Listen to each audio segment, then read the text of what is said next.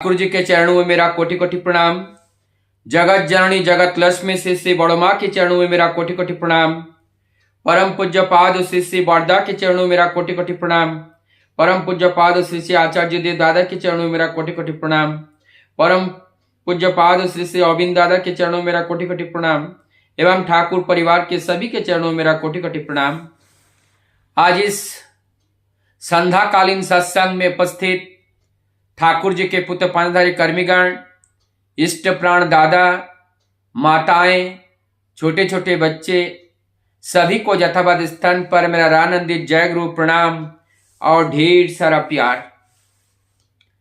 सत्संग के शुरू से ही मैं जुड़ा हुआ हूं और बहुत सुंदर प्रार्थना, ठाकुर जी का पवित्र ग्रंथ का पाठ, भजन कीर्तन के माध्यम से वातावरण एकदम मुखरित हो उठा है।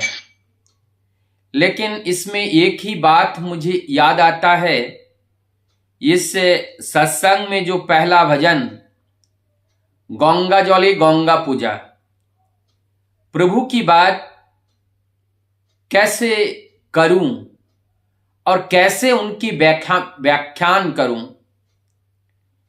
प्रभु की दया के बिना उनको समझना बड़ा कठिन होता है और सबसे बड़ी बात है कि उस परम सत्य को जानना और उस सत्य का व्याख्यान करना। ये व्याख्यान तभी हो सकती हैं जब हम अंदर से और बाहर से जो बोले वो हम करें। अगर हमारी बोलना और हमारा करना दोनों में समानता होती है, तब जाग करके वो बात हृदयंगम होती हैं और हृदय में स्पर्श करती हैं। मैं अपने अकृतज्ञता को पहले आप लोगों के समक्ष रखना चाहता हूं। मेरा विद्या बुद्धि ज्ञान बिल्कुल नहीं है, मैं एक मूर्ख व्यक्ति हूं। ठाकुर जी को बहुत ज्यादा समझ नहीं पाया हूं। जितना ही समझ उनकी दया से समझ पाया हूं और जितना अपने शक्ति सामर्थ्य से उसे करने का प्रयास मात्र कर रहा हूं। अब यहां पे उपस्थित सभी ज्ञानी गुणी गण एवं यहां पर ठाकुर जी को लेकर अगाध प्रेम से आप लोग जैसे बहन कर रहे हैं, मैं उससे भी मैं प्रयासरत हूं। मैं एक शिक्षार्थी की तरह सीख ही रहा हूं।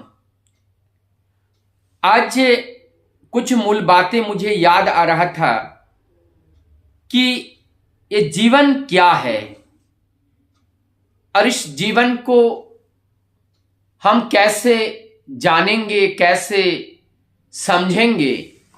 तो जीवन को समझने के लिए एक उदाहरण के साथ हम समझेंगे। जीवन में देखते हैं जो ईसीजी किया जाते हैं, इलेक्ट्रोकार्डियोग्राफी जो किया जाता है, वहां पे वो ईसीजी में ऊपर नीचे पीक पॉइंट QRST की तरह ऐसा पीक आता रहता है।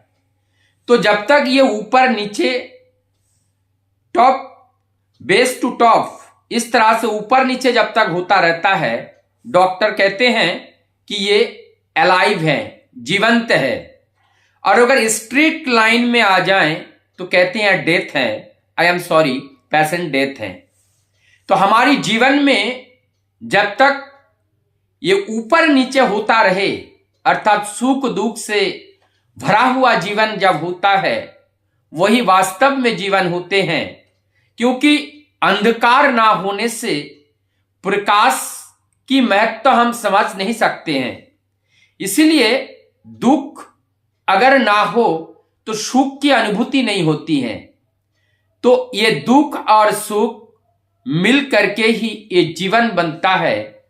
और जीवन का एक पर्यायवाची है जिसको आनंद कहते हैं, और वही आनंद की खोज के लिए ये निकल पड़ते हैं और उस आनंद की खोज के लिए इस भूलभुलैया में हम लोगों को छोड़ दिया गया।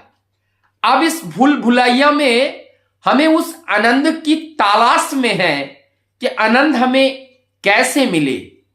लेकिन उस आनंद की खोज करने के लिए सबसे पहले वो आनंद मिलेगा कैसे, what is the actual mechanism, उसका मैकेनिज्म क्या है, उस मैकेनिज्म को हमें जानना पड़ेगा। देशी घी तो अच्छा लगता है, लेकिन ये बनेगा कैसे ये पहले जानना पड़ेगा। गुड़ हमें अच्छा लगता है, चीनी अच्छा लगता है, लेकिन ऐसे आसमान से चीनी नहीं टपकता है, ऐसे आसमान से गुड़ नहीं टपकता है।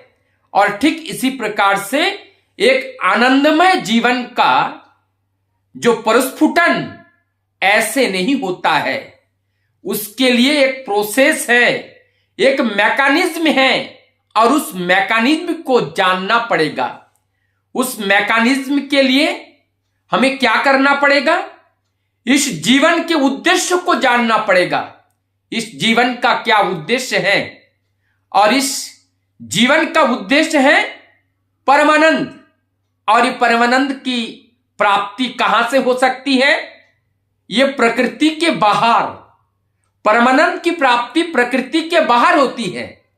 और प्रकृति किससे बना है, 3 गुण से बना है, सतगुण, रजगुण और तमगुण से इस प्रकृति का निर्माण हुआ है। और कह रहे हैं परमानंद, इसकी अनुभूति और इसकी प्राप्ति इस प्रकृति से बाहर मिलेगा। अरे भाई, प्रकृति से बाहर मिलेगा, मैं तो प्रकृति के अंदर का ही हूं, तो प्रकृति के बाहर की अनुभूति हमें कैसे प्राप्त होगी। हमें उस बोध को प्राप्त करना पड़ेगा, हमें उस बोध को जानना पड़ेगा, वो बोध उत्पन्न करना पड़ेगा। और जो बोध है, और उस बोध से उस परम आनंद की अनुभूति की लाभ होती है। जब तक बोध का जागरण नहीं होता है, तब तक परमानंद की अनुभूति नहीं होती है। बोध की जागरण, बोध की उत्पत्ति कैसे होती है, परमदयाल श्री ठाकुर सत्यानुसरण में कहते हैं कि जब हम कर्म करते हैं और कर्म करते करते उसमें हमें उनका बोध हमारे अंदर उत्पन्न हो जाता है। और वही जो बोध है, जो सच्चा ज्ञान है, और वही ज्ञान ही वेद है। वेद का मतलब वो जीवंत सत्य, चूड़ांत सत्य, उससे सत्य और हो ही नहीं सकता है। जो अटल है और जो कुटस्थ है और जो शिखर पर है, उससे अलग नहीं हो सकते हैं, वही परम सत्य ही है। तो वो परम सत्य ही वेद है, और वेद अर्थात ज्ञान है। और वही वास्तव ज्ञान कहां से मिलती है, हमें पुरुषों में जो उत्तम है, रक्त मांस संकुलित देह धारण करके हम जगतवासियों को राह दिखाने के लिए सद्गुरु बनकर इस धरती पर जिनका नर रूप में आविर्भाव होता है, और जब गुरु रूप में हम उसे प्राप्त कर पाते हैं, तब हम अपने जीवन के उद्देश्य को परिपूर्ण करने का रास्ता प्राप्त होते हैं। और जब जीवन का वो रास्ता मिलता है, और उसके बाद वो परमानंद की खोज के लिए हम राह पर निकालने का शक्ति और सामर्थ्य को जुटा पाते हैं। तो जीवन में हमें खोज करना है, किसकी खोज करना है, गुरु की खोज करना है।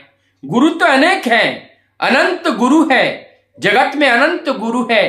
तो कैसे गुरु की हमें खोज करना है, ऐसे गुरु की खोज करना है जो त्रिगुणातीत हैं, त्रिगुणातीत हैं। अरे त्रिगुणातीत कैसे होगा, जो सत रज तम गुण से अतीत है, जो तो देह में जो होगा वो तो गुण युक्त होगा, और देह से जो मुक्त होगा वही गुण रहित होगा। और यहां कहते हैं कि त्रिगुणातीत है, तो क्या देहधारी में जो आते हैं वो सदगुरु के रूप में नहीं है। हाँ, यहीं पर ये समझने की बात है। गुरु अनेक होते हैं, लेकिन वो त्रिगुणातीत होना चाहिए। और त्रिगुणातीत का अर्थ है जिनके चरण तले वो प्रवृत्तियां उनकी प्रार्थना करते हैं, जिनके चरण तले दास बनकर उस प्रभु के चरण तले में रहते हैं। प्रवृत्ति अपने सिर उठा करके जी नहीं सकते हैं। प्रवृत्ति अपने मर्जी या अपने चाहत के अनुरूप जीवन को चला नहीं सकते हैं। जो प्रवृत्ति को अपने नियंत्रण में रखते हैं, जो नियंता है, वो नियंता पुरुष जब इस रक्त मांस संकलित देह को धारण करके परम पुरुष के रूप में, पुरुषोत्तम के रूप में इस धरती पर आते हैं, उनको गुरु रूप में जब हम पाते हैं, तब हम शक्ति और सामर्थ्य के अधिकारी होते हैं। जो त्रिगुणातीत है नहीं, वो हमें इस त्रिगुण के पार कैसे ले जाएगा, और उस त्रिगुण के पार हमें उस परम सत्य की उपभोग हमें कैसे कराएगा।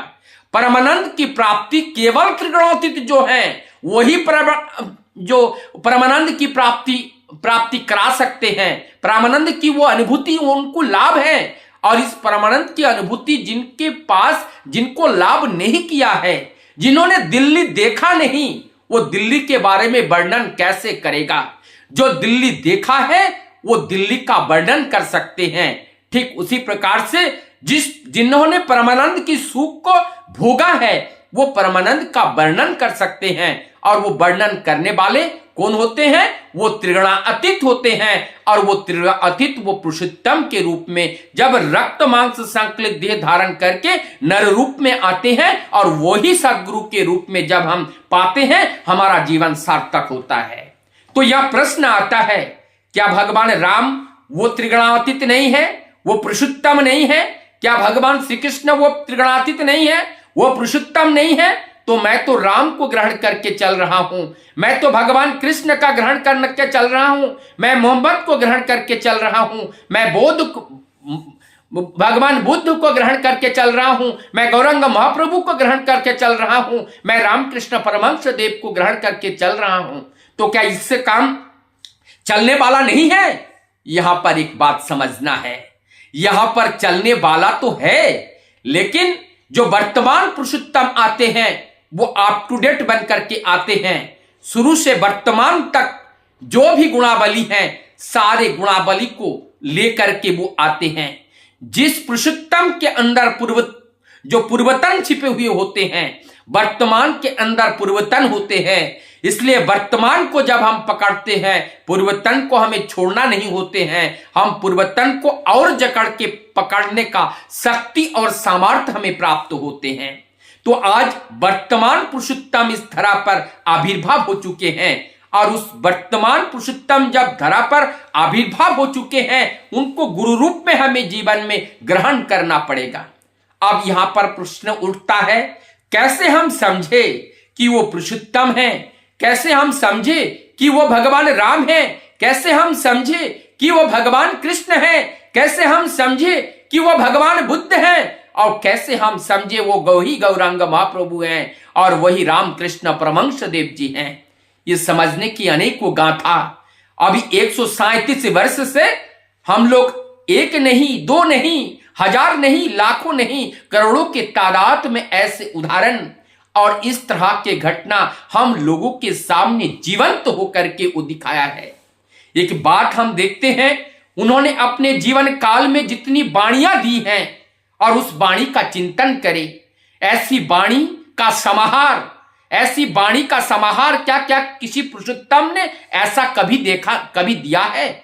जितने भी धर्म ग्रंथ उन्होंने दिए हैं, सारे धर्म ग्रंथ को अपने आंखों के सामने उनको लिपिबद्ध करके गए हैं, और ये साक्षी और प्रमाणिक रूप से ये हमारे सामने हैं। और वो जो वाणियां है, उस वाणी में साक्षात प्रभु विराजमान है। ठाकुर जी एक बार कह रहे थे कि हमारा ये देह जब नहीं रहेगा, लेकिन हमने जो आप लोगों के लिए जो बता के जा रहे हैं, यही में इसी वाणी के अंदर मैं जीवंत रहूंगा। जो इस वाणी को अपने जीवन में मूर्त कर लेगा, उनके साथ हमारा साक्षात दर्शन होगा, साक्षात उनके साथ मिलन होगा, और उनकी उस वाणी को, उस बात को आज हमें मूर्त करना है।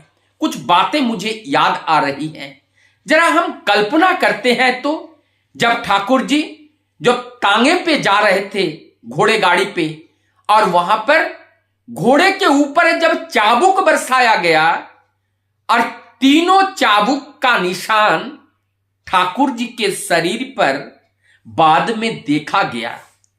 ये कोई कहानी नहीं है और ये कोई लिखी लिखी बातें नहीं है, ये प्रैक्टिकल बात है और ये सत्य बात है और ये ज्यादा दिन पहले की बात नहीं है। ऐसे भी अभी लोग भी हैं जिन्होंने स्वयं अपने आंखों से देखा है।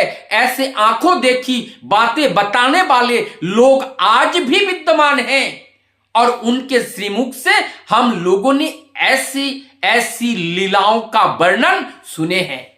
क्या ये कल्पना किया जा सकता है? आज इस कलयुग में, विज्ञान के युग में, किसी के ऊपर अगर प्रहार किया जाए और उस प्रहार की निशान वो प्रभु के शरीर में देखने को मिले, अर्थात इसका अर्थ क्या है? ये प्रभु का जितने भी ये सृष्टि है सब उन्हीं का ही है और उन्हीं का तन है, ये उन्हीं का बदन है ये, और उन्हीं के बदन में कहीं पे भी प्रहार होता है तो वो प्रहार उन्हीं को ही लगता है। अगर इस सृष्टि के कोई भी, चाहे जीव हो, चाहे वो जंगम हो, कोई भी पशु पक्षी कोई भी हो, उनका अगर कोई भी कष्ट दुख अगर होता है और वो कष्ट जो है सीधे प्रभु को ऊपर जाकर के घात करता है, उनको लगता है। ये है हमारे प्रभु। जिस प्रभु का ये लीला अगर बखान करे तो अनंत बखान करते जाएं, उनका बखान कभी शेष नहीं होगा। ऐसी अनेक घटना, और एक घटना मुझे याद आ रही है। एक बार ये देवघर की घटना है, ये देवघर की घटना है जो ठाकुर जी का उम्र जब 80 साल के हो गए थे, ज्यादा चल नहीं पाते थे। हमारे श्री श्री बड़दा जो पितृदेव दादा जो है ठाकुर जी को उस वो जो धकलने वाला जो रिक्शा होता था, जो ट्रॉली होते थे, उस ट्रॉली में बैठा करके शाम के समय घुमाते थे, पूरे आश्रम को घुमाते थे। जहां ठाकुर जी का मन करता था वहां ठाकुर जी को घुमाते रहते थे। एक बार ठाकुर जी उस रास्ते से जा रहे हैं और ये जो घटना है, शायद ये घटना जहां वर्तमान आचार्य देव दादा बैठते हैं, अभी वर्तमान आचार्य दादा बैठते हैं, वहां पे एक पेड़ है, बहुत बड़ा पेड़ है। वहां पे बरदा लेकर के जा रहे हैं। ठाकुर जी ने अचानक बरदा को कहा कि थोड़ा रोकना बड़कों का। उन्होंने, बरदा ने रोक दिया। उसके बाद कह रहे हैं ये पेड़ क्या कह रहा है। तब जाकर के बरदा ने कुछ नहीं कहा। बरदा दौड़ के गए, जाकर के उस पेड़ को दोनों बाहों में समेट लिया और अपने कर्ण को पेड़ के साथ चिपका दिया। एक दो क्षण के लिए पेड़ को अपनी बाहों में लेकर के चिपके रहे और फिर दौड़ के आए ठाकुर जी के पास। ठाकुर जी के पास आकर के कह रहे हैं, ठाकुर ये पेड़ कह रहा है कि आप प्रत्येक दिन यहां से निकलते हुए आप जाते हैं, क्या उनका सौभाग्य नहीं होगा कि आपका स्पर्श उनको भी मिले? ऐसा जब ठाकुर जी ने सुने तो ठाकुर जी ने उस पेड़ का पार जा करके उन्होंने अपने हाथ से उनका प्रेमालिंगन दिए। ये प्रभु की लीला है और उनको प्रेमालिंगन देते हैं। तो ऐसी ये जो प्यार है और इस तरह की जो लीला है और इस तरह का जो प्रेम है, मतलब संपूर्ण जगत ही जिनका शरीर है, और ये कौन हो सकते हैं? ये पुरुषोत्तम के अलावा, ये उस परम, ये जगत के उस सृष्टा के अलावा और कौन हो सकते हैं? ईश्वर निराकार है, लेकिन कभी कभी वो निराकार सत्ता वो साकार में आते हैं। केवल इस जगत के प्राणियों की दुख को देखकर वो त्राणकारी है। उस दुख को त्राण करने के लिए वो हरहर है, वो हरणकारी है, हमारे दुख को हरण करने के लिए आते हैं। और एक घटना मुझे याद आ रही है, उनकी ये जो दया की जो लीला है ये अपरंपार है और वो हमें आप लोगों ने सुने होंगे। एक बार ठाकुर जी पार्लर में बैठे हुए हैं और बैठ करके भक्तों लोगों के साथ वार्तालाप कर रहे हैं और उस वार्तालाप में अचानक ठाकुर जी कहने लगे, एक दादा उठ के जा रहे हैं। ठाकुर जी कहते हैं, अब जब उठ के जा रहे हो, जाते हुए आपके पास वो जो राइट हैंड में जो एक बहुत बड़ा पीपल का पेड़ है ना, उस पेड़ में एक पत्थर, उस पेड़ में एक ढेला मार के जाना।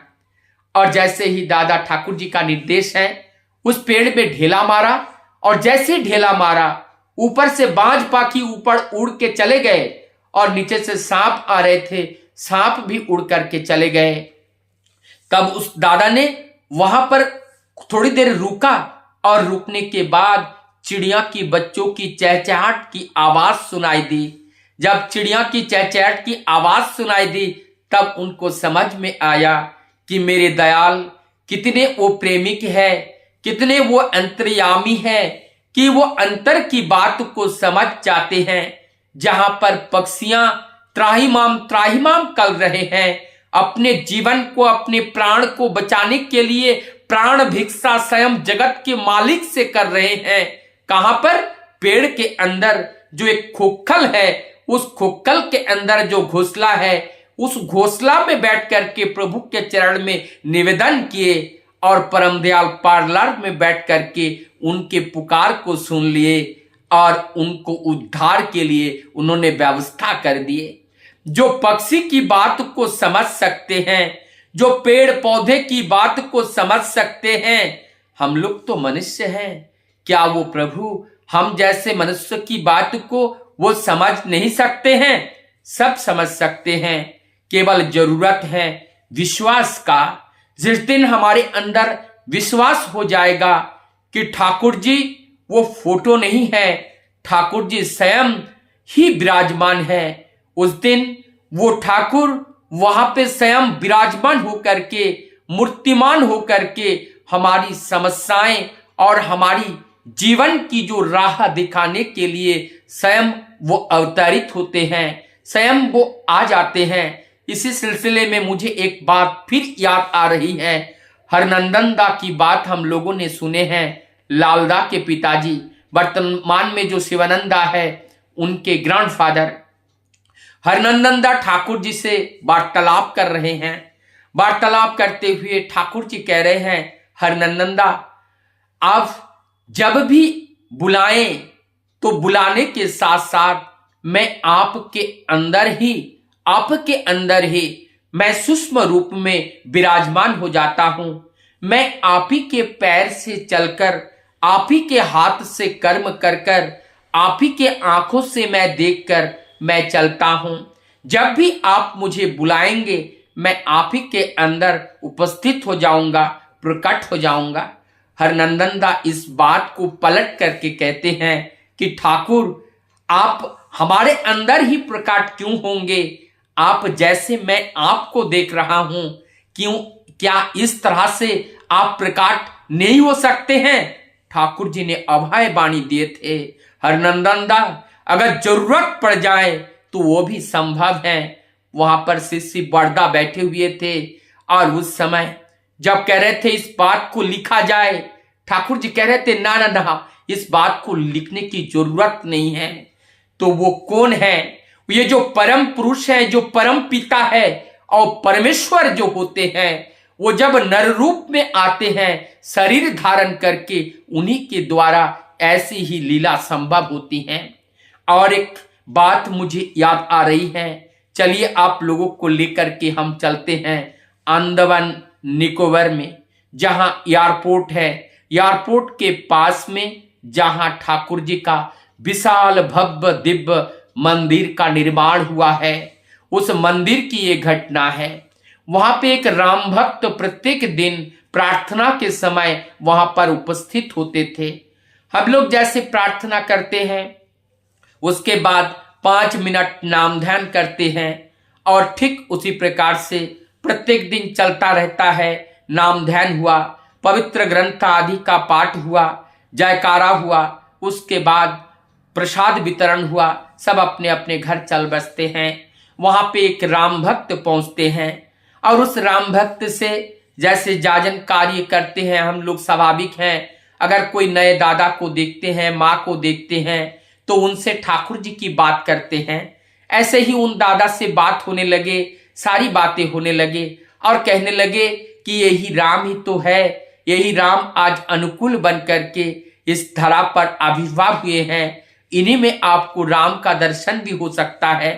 वो बातें सुनते हैं लेकिन विश्वास उन्हें नहीं होता है। वो कहते हैं मैं तो राम को ग्रहण करके चल रहा हूं, मैं राम को भज रहा हूं, मुझे और कोई चीज की जरूरत नहीं है। ऐसे 1 दिन 2 दिन 3 दिन समय बीतता गया। एक दिन वो दादा मन में गंभीर भाव से प्रभु को बुला रहे थे और प्रभु को बुलाते बुलाते वो आकर के उस दिन प्रार्थना में बैठे और प्रार्थना में बैठे नाम ध्यान किए। उसके बाद यदि उनका लिंग हो गया और वहां पे वो ध्यानमग्न हो गए, वो हिल नहीं रहे हैं, दोनों आंखों से अश्रु झर रही है। और जब वहां पे और जो भक्त लोग थे कि आप ध्वनि भी हो गया, जयकरा भी लग गया, लेकिन वो राम भक्त दादा वहां पे चुपचाप बैठे हुए हैं, वहां से हिल नहीं रहे हैं। तब एक दादा आकर के उनको शरीर को स्पर्श किए। अब कहने लगे दादा अब अभी क्या हुआ आपको? फिर वो दादा रोने लगे और कहने लगे कि आज मैंने नया रूप का दर्शन किया। आज जैसे ही मैंने प्रणाम करके बैठा वैसे ही मुझे प्रभु का ये जो विग्रह है ये तो मुझे राम की जैसा दिखाई देने लगा। मैंने आंख को बार बार ऐसे दोनों अंगुलियों से हाथों से पोंछने लगा कि मैं गलत तो नहीं देख रहा हूं, लेकिन हमारी आंख भी गवाही दे रही है और कह रही है तू सही देख रहे हैं, तू गलत नहीं देख रहे हैं। आज मैंने प्रभु के अंदर, आज मैंने ठाकुर के अंदर भगवान राम का साक्षात दर्शन किया है। आज मुझे विश्वास हुआ है कि ये वही राम है। आज मुझे कोई द्विधा नहीं है। अब मैं ठाकुर जी का दीक्षा लूंगा। और ऐसे करके फिर वो उनको ठाकुर जी का दीक्षा उन्हें मिलते हैं। और ऐसी ही अनंत घटना है। हम लोगों ने जो अनुलेखक है प्रफुल्ल कुमार दास दा, जो अनुलेखक है, उन्होंने बहुत सारे ठाकुर जी के ग्रंथ को, वाणी को समाहित करके ग्रंथाकार में लिपिबद्ध किए हैं। और प्रफुल्ल कुमार दास दा के जीवन में भी ऐसा ही घटना है। वो रामकृष्ण परमहंस देव जी के भक्त थे और रामकृष्ण परमहंस देव जी को जिन्होंने इस चर्म चक्षु से साक्षात दर्शन किए थे, ऐसे गुरुओं के माध्यम से प्रफुल्ल दा का दीक्षा हुआ था। तब उनके मन में एक बड़ी इच्छा थी कि मैं रामकृष्ण परमहंस देव जी को साक्षात जीव दशा में नहीं देख पाया। ये मेरे जीवन का एक निराशा है, एक निराशा है कि मैं इतना थोड़ा सा लेट क्यों आया। अगर मैं थोड़ा पहले आए होते तो मुझे रामकृष्ण परमहंस देव जी का साक्षात दर्शन हो जाता। और ये प्रफुल्ल दा के जो बड़े भाई थे वो संयोग से उनको भी ठाकुर जी का दीक्षा मिला। फिर बाद में प्रफुल्ल कुमार दादा का ये जो सारी घटनाओं के अंदर जब उनकी अनेक कहानियां हैं, जब सारी बातें, जब उनको विश्वास हो गया और ठाकुर जी के श्रीमुख से भी उनकी बहुत सारी ऐसी बातें एवं ठाकुर जी के विग्रह के अंदर भी उन्होंने रामकृष्ण के रूप का दर्शन किया। और तब जाकर के उन्होंने प्रभु के चरण में अपने आप को समर्पित किया। और अपने आप को समर्पित करने के बाद उन्होंने प्रभु के हवाले कर दिए और ठाकुर जी को ग्रहण करके संपूर्ण जीवन प्रभु के चरण तले अपने जीवन को बिताए। और उस परमानंद की जो खेती है उन्होंने किए और उस परमानंद को खुद अनुभव किए और लोगों को वितरण भी किए। ऐसे भक्त थे हमारे ऐसे दादा। ऐसे अनेकों दादाएं हैं, ऐसे अनेकों भक्त हैं और जिन्होंने अपने जीवन में परम पिता को पाए हैं और परम पिता को अनुभव किए हैं। और ये केवल जरूरत है विश्वास के साथ उनको जीवन में ग्रहण करना। विश्वास सबसे बड़ी चीज है, इसीलिए हमें बहुनैष्ठिक नहीं होना है। ठाकुर जी सत्यनारायण में बोले हैं, बहुनैष्ठिक के हृदय में प्रेम भक्ति का जागरण नहीं होता है। जहां भक्ति नहीं होते हैं हम भक्त नहीं बन पाते हैं। भक्ति के बिना प्रभु को पाया नहीं जा सकता है, लेकिन ये भक्ति पक्का तब होता है जब हमारा विश्वास पक्का होता है, और ये भक्ति जब गाढ़ा होता है और उस गाढ़ा भक्ति से प्रेम का उदय होता है, और जब प्रेम आ जाती है, प्रेम जब मिल जाता है तो सब रिझ जाते हैं। पत्थर के मूर्ति से भी आंसू निर्झर झरने लगता है। ये प्रेम का प्रतिस्फलन है और ये प्रेम की शक्ति है, ये प्रेम का ताकत है। ऐसा है कि स्वयं प्रभु भी वहां सरेंडर कर देते हैं। आइए ऐसा प्रभु को हम पाए हैं जहां पर हम जो खोजेंगे वही पाएंगे, और सब कुछ को लेकर तो आज ठाकुर अनुकूल होकर के हमारी कलयुग में प्रतिकूलता को दूर करने के लिए आए हैं। केवल ठाकुर जी कहते हैं तुम्हारे हृदय में अमल धवल विश्वास की जरूरत है। जिस दिन वो विश्वास जग जाएगा उस दिन प्रभु तुम्हारे हृदय में जग जाएगा। और प्रभु यही चाहते हैं कि प्रभु कहते हैं हमारे लिए थोड़ा सा जो स्थान है तुम्हारे हृदय में देना। मैं उस पत्थर के मंदिर में रहना पसंद नहीं करता हूं, मैं तुम लोगों के हृदय में निवास करना चाहता हूं, वहां रहना चाहता हूं। क्या आप मुझे हृदय में थोड़ा सा जगह दे सकते हो? क्यों नहीं? जिन्होंने हमारे जीवन दिया, जिन्होंने ये तन दिया, जिन्होंने संसार दिया, जिन्होंने सब कुछ पाने का अधिकार दिया, क्या उनके लिए हम थोड़ा सा हृदय के कोने में थोड़ा जगह उनके लिए हम दे नहीं सकते हैं? निश्चित रूप से देंगे। सबकी मंगल प्रार्थना प्रभु के चरण में करता हुआ मैं अपने बात को यही विराम देता हूं। जय गुरु।